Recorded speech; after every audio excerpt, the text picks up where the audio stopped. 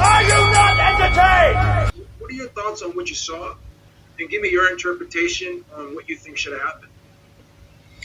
Okay, I happened to be there that night. I was ringside. That Gervonta Davis took a knee. You heard the shouts from all of my colleagues. What's he doing? I wasn't asking that. I was basically out of my seat yelling, knockdown, knockdown.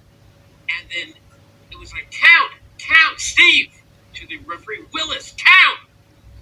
The moment that happens, the rule is if any part of a fighter's body other than the soles of his or her feet touch the canvas, it's a knockdown.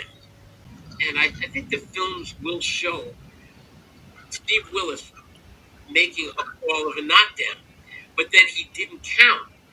He should have taken it upon himself to start counting and then stay right with Gervonta Davis, tell the guy from the corner, get down, which, by the way, again is against the rules because no corner person is allowed to step up on the ring, get into the ring, or even reach through the ropes, which they did. That is a disqualification. Peace, everybody. Sweet Science Boxing Academy. We're back with another video.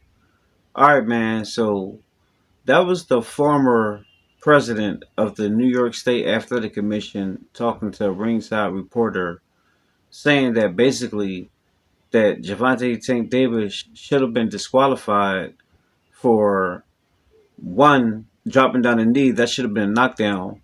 But then two, going over to his corner, reaching out, and then Calvin Ford, which is his head trainer, well, second assist in this fight camp, but he reached up and wiped off his face, which is not allowed, which is a disqualification. He ain't lying. So we already know that Lamont Roach, he already tweeted out that they're overviewing it. He got his people reaching out to the New York State Athletic Commission, and they're reviewing it because they want to justify that controversial decision because everyone clearly seen that Lamont Roach won. You got even like casuals who love Tank in media, in mainstream, and celebrities, people who look at Tank like he can do no wrong. They even saying that Lamont Roach won that fight, and they ain't even know Lamont Roach before this fight.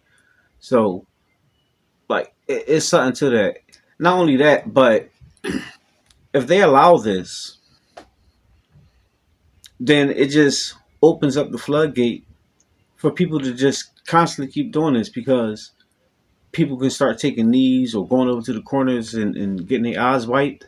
And then if they try to take points away or disqualify them, they can appeal it like, well, you did that with Tank. Why you doing it? You ain't do that with Tank. Why you trying to do it with me? And they can use it. That would be a justifiable argument because basically if they allow that, he just set his own rules. He took a timeout, went over there to the corner, got his face wiped off, and then continued to fight. He even admitted it after the fight, saying that he didn't want to get knocked out because he had something in his eyes. You can't do stuff like that in the fight. It's up to the referee to halt the fight and for you allow you to go over to the corner and get your eyes wiped or something like that if that's necessary. Even if you fight and get your mouthpiece knocked out. Like, I remember one time I fought this guy and I knocked his mouthpiece. Actually, it's actually my profile pic for this YouTube channel. If you actually check it out, you can actually look at the profile picture. I knocked this guy mouthpiece out, and one of the guys who was taking the pictures, they caught the camera as his mouthpiece was coming out. But I knocked his mouthpiece out, and he couldn't stop fighting. He wanted to, but he had to keep on going. And it was good for me. I kept rolling on him. And the referee had to stop, which he actually didn't. He let the round continue. Then once the bell rung, then he picked the mouthpiece up and gave it to him. And they went to the corner, wiped it off or whatever, put it back in their mouth.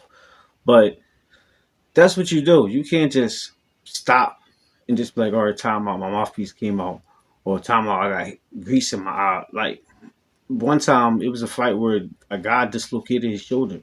And he had to keep fighting. He ended up knocking the dude out with one arm because his shoulder was dislocated. But he had to keep fighting. That's what it is. Those are the rules. The only way you stop it if the referee stop it.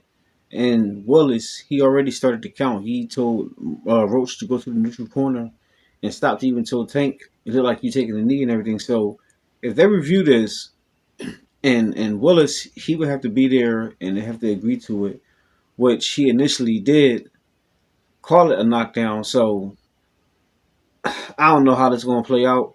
It may turn out to be like a big pile of nothing, but like I said, the rules are the rules, and if they allow this to happen, then they just set up a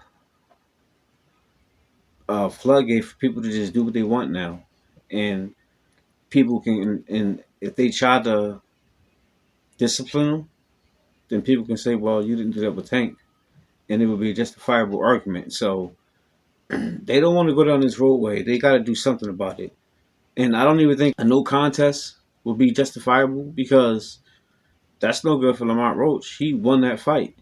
I know Tank is the cash cow and everything, but fair is fair. If he lost, he lost. So, because even without the knockdown, he lost.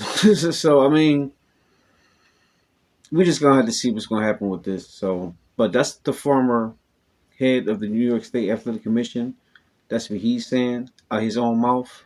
He worked there, so he knows that he knew all the people. He was there at the fights, and he was just saying that he was telling Steve Willis to make the count and everything. So he would know. But we'll have to wait and see. So it is what it is. But that's all I got for now, guys. Let me know what y'all think. Drop your comments down below. Make sure to like, subscribe, hit the bell. I'll see you on the next one. Peace.